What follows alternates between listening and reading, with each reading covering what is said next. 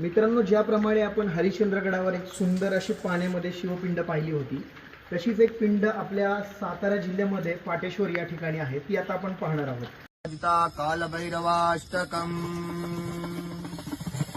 देवराजसेव्यमान पावनांग्रि पंकजम् व्यालयज्ञसूत्रमिन्दुशेखरम् कृपाकरम् नारदादियोगी वृन्दवन्दितम् दिगम्बरम् काशिकापुरादिनाथ कालभैरवम् भजे काशिकापुरादिनाथ कालभैरवम् भजे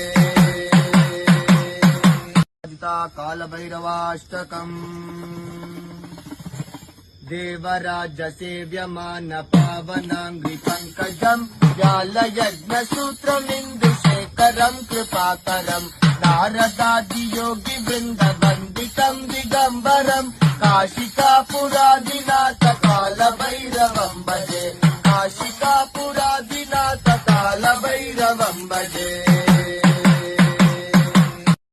कालभैरवाष्टकम्.